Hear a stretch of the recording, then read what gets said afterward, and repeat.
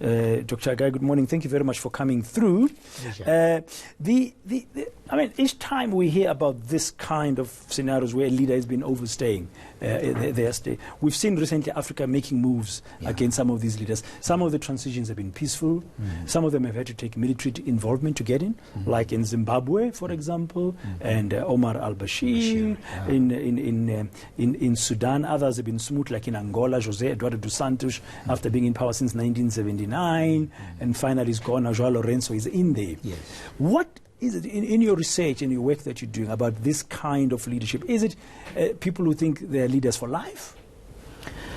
There is an understanding that we have been missing, particularly on the continent. There's an idea that probably because we came out of monarchy, a monarchical system of governance.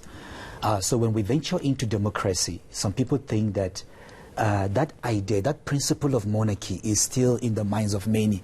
And that is why when you become a leader, you empower your own family, you empower your own friends, and you continue there and you want to stay. So you become like the big man of the state. There is a need to understand. I had to talking about the fourth industrial revolution. There's nothing wrong if we can introduce the political one in politics to understand that based on the demand that we have today, the level of education that people have, people expect change in our leadership systems. So people don't believe that you have to stay in power almost forever. Like in the case of Rwanda, I think Kagame may stay for a very long time. Al-Bashir did that. So many people will stay. You don't think because of that historic monarchic legacy that you say we're coming from, you still have a monarchy in Swaziland, Eswatini rather, sorry. Eswatini. I think that's the only monarchy that's still in Africa. One of them, one of them, I think. And then Morocco and stuff, still have, But don't you think then there's room for what some people might call a benevolent dictator, like some people are regarding Paul Kagame in Rwanda?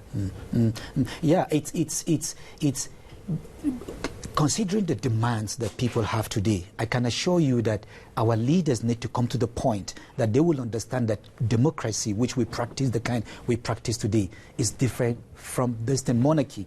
So if they do that, then they will know that there is a time to go out. We will soon talk about this in Sudan.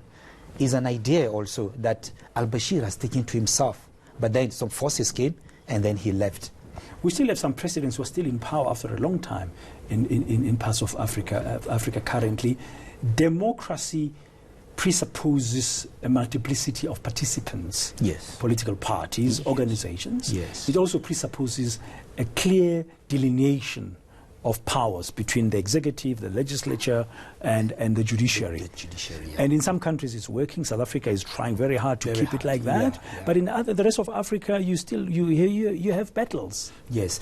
There is a battle, but you can see like the demand from the youths. Like I said, the demand from the youths now for change, because people are wondering why is the continent so rich, but then why are the people suffering? Why are the people leaving the continent? I mean, the best skills are leaving. Why do you have to stay in power for a long time? It doesn't make sense. In America, they allow you for this in 2 terms, and in Africa, the debate is high now. And I said, why can't the African Union at a point in time to say, let's set a theme for our meeting, let's talk about duration, period of service. We got democracy, but sometimes you got the people, as you said, people come into power, the leader, and he'll surround himself with people that he trusts and benefits his family and close friends, and sometimes his ethnic group. Yes. You end up with a preponderance of a representation of a particular sector or ethnic group or national group in a country. Am I wrong? Yes, that is what happens now. And that is why I emphasize an idea to say, no, let's encourage participation, group participation, and say, no matter your tribe, whether you're a minority or majority, have a place, have a role to play in the development of your destination. So Al-Bashir did that. And people were angry with even the king, the president of Abdelaziz, he mostly empowered his own family members. And when you have people say, we don't want this clan again, the people of Algeria, they say, we don't want this clan again, which means they don't want that patriarchal, that monarchical system of governance to keep ruling them, because it has not resulted into anything for them. And that was one of the reasons for the Arab uprising, which we're waiting to see. Will it also get into West Africa? Will it get into the southern part of Africa? Things like that. Very briefly, Doctor, very briefly, do you foresee then that because of the youthful pressure that there will be an acceptance by most African countries going forward that we need multiple voices to be heard and participate in governance? They will be forced to accept, because the pressure, I mean, people will demonstrate on the street, people will protest. So many things they do, people protest, and then people need a new system of leadership. And we also need young people to be involved. Thank you very much. That's Joka Guy Matthew from the Serve Leadership Development Institute.